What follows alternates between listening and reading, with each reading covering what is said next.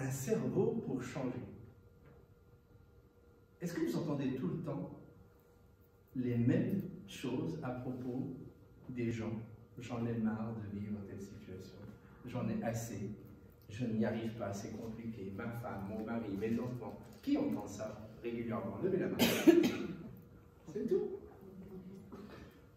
Et bien les fondateurs de la PNL nous disent qui tient la barre? La plupart d'entre nous laissent leur cerveau dériver à l'aventure et passent le plus clair de leur temps à vivre des expériences dont ils ne veulent pas.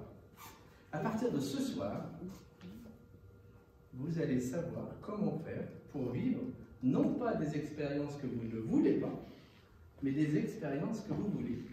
Et cela, j'adore le regard. Regardez bien ce geste. D'un claquement de doigts. Ok, ça va, on change. Dormez. Dans le pied détendu, tout le corps se détend encore. Relâchez. Détendez. Dormir. Encore un peu plus. Voilà. Tout se relâche. Les épaules, le dos, la nuque, tout se relâche. Maintenant, les épaules, le dos. Dormir profond, juste au son de ma voix. Vous vous détendez encore un peu plus profondément. Un peu plus profondément, et je vais t'enlever les lunettes et il va dormir encore plus profondément maintenant. Et c'est ça. Qui est OK pour ça d'ailleurs? Qui serait ravi de pouvoir vivre ce qu'il veut d'un claquement de doigts, comme ça? Levez la main. C'est tout. Ah, il y en a qui veulent souffrir encore. Hein. J'ai des amis psy en parallèle, alors on s'arrange. Alors quand je vois quelqu'un qui est trop content dans sa vie, je lui dis j'ai quelqu'un qui ne voudrait pas le déprimer un peu, s'il te plaît, je te l'envoie. Pardon, je me présente. Mon nom suédois, c'est Abdelhadi Abdradi. Je suis né au Maroc.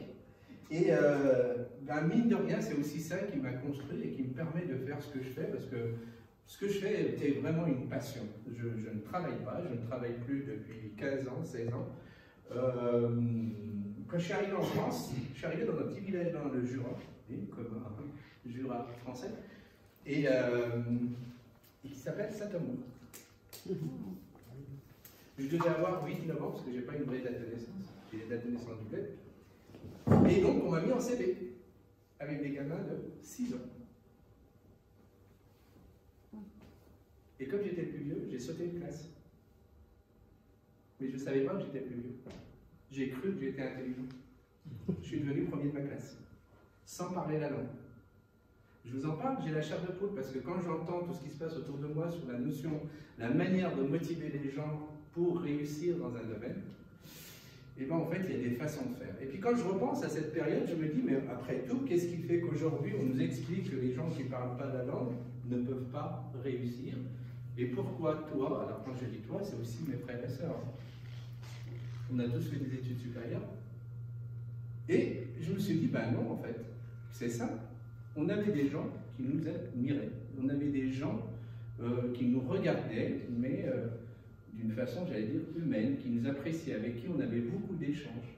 Et, grâce à cette expérience, ben, j'ai appris, en tout cas aujourd'hui, que le regard que je porte sur l'autre va conditionner le comportement, l'attitude, ou peut-être même le parcours qu'il risque d'avoir. Et donc c'est pour ça que je pense que nous avons tous un rôle à jouer, en tout cas, dans une période comme celle-ci, dans laquelle on peut être cet élément déclencheur de quelque chose de différent et de bon, et on peut dire merci à la vie. J'ai grandi, j'ai fait des études, je ne sais pas pourquoi j'ai fait des études scientifiques, mais bon, c'est parce que je ne parlais pas la langue.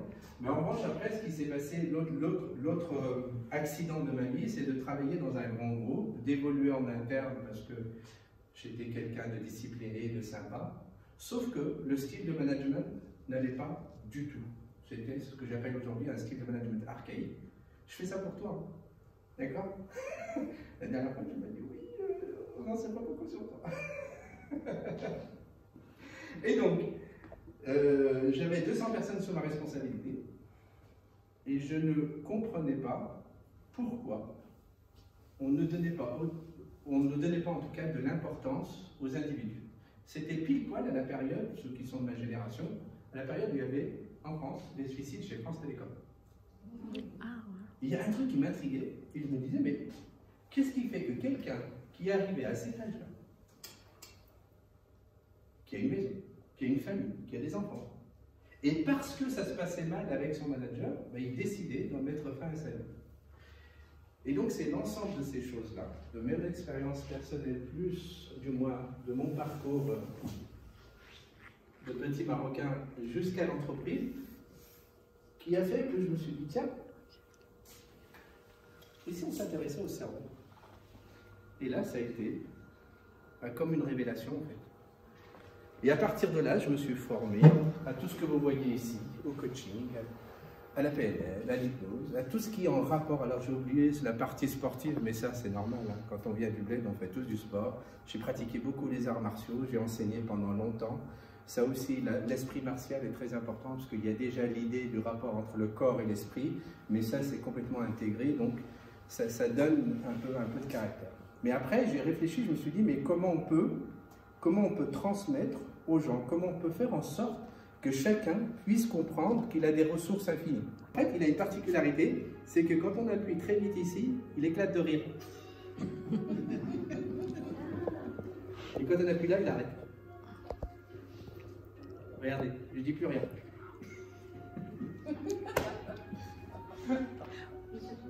Regarde. Et là, la main se colle complètement. Collée, impossible à décoller.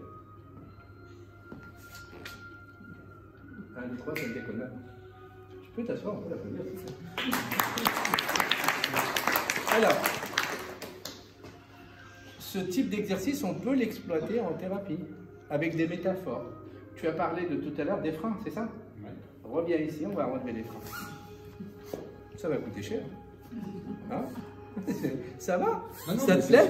Ouais, c'est top. C'est vrai, la question était pertinente avant. Pourquoi 25 séances de psychologue ou 400 de psychanalyse, quoi? Parce qu'en fait, on a fait le constat que les gens se réunissaient autour de la machine à café pour se plaindre, pour dire qu'il n'y a rien qui fonctionne. Et donc là, l'idée, c'est de montrer l'entreprise sous un angle plus intéressant, plus positif, à travers des interviews, que les collaborateurs vont faire ensemble, et donc ils vont créer comme ça une projection de l'entreprise sous l'angle de la réussite. Et donc ils construisent l'entreprise grâce à toutes les réussites qu'il y a eu, et après ils projettent ça. Ça s'appelle l'investigation appréciative, vous trouverez le truc sur Google, il y a toutes les parties. Donc, le truc pour lequel je suis fier, moi, c'est celui-ci, là, c'est pour cette année, avec la CCI de Villefranche, la Chambre des commerces de Villefranche, pour répondre à tous les managers qui sont là. Oui, effectivement, parce que moi-même, en étant manager, en ayant fait des formations en management, on se rend compte, en fait, à un moment donné, que une fois qu'on a fait la formation, comme dirait l'autre, avec ses 2 Z, et what else, quoi. Et donc, l'idée, après le mental de champion, après le manager coach, je me suis dit, tiens, qu'est-ce qui pourrait permettre aux gens, justement, d'améliorer leur management? J'en reviens toujours à la même chose, en fait.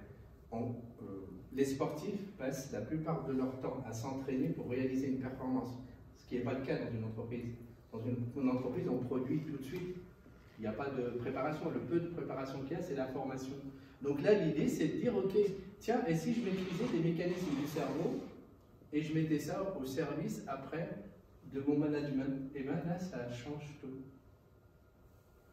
Et la transition est bien faite. Pour la suite, alors, je vais tourner. Moi, j'ai quelques phrases ressources. Vous voyez, alors c'est ça qui est intéressant aussi. Hein. C'est au-delà des phrases, c'est de voir à quel moment ces citations ont eu lieu. Nous sommes ce que nous répétons chaque jour. L'excellence n'est pas un acte, mais une habitude. Donc la manière dont je répète tous les jours, d'après Aristote, va conditionner le comportement, le résultat que je vais obtenir. Et ce n'est pas quelque chose de génétique. Vous voyez, déjà là, on a une idée intéressante. William James, la plus grande découverte de ma génération est que l'être humain, en changeant son mental et son attitude intérieure. Je vais développer un peu plus tout à l'heure. Changer le mental, ok? Donc on est dans l'idée, quel est l'état d'esprit? Et l'attitude intérieure, c'est la notion de conviction, de croyance, de choses qui sont vraiment importantes pour nous. Et si j'arrive à modifier ça, je peux tout changer. C'est dingue hein, quand même, parce que là, on est à moins 4 siècles avant Jésus-Christ, là, on est au 19-20e siècle, et puis après, Albert Einstein, Pareil, la logique vous mènera d'un point A à un point B. L'imagination vous emmène partout. Et en fait, le mal de l'homme moderne, c'est de manquer d'imagination et de croire qu'il peut tout résoudre d'une façon rationnelle. Je vous fais la conclusion maintenant, l'humain est tout sauf rationnel. Et c'est la démonstration que vous allez avoir aujourd'hui.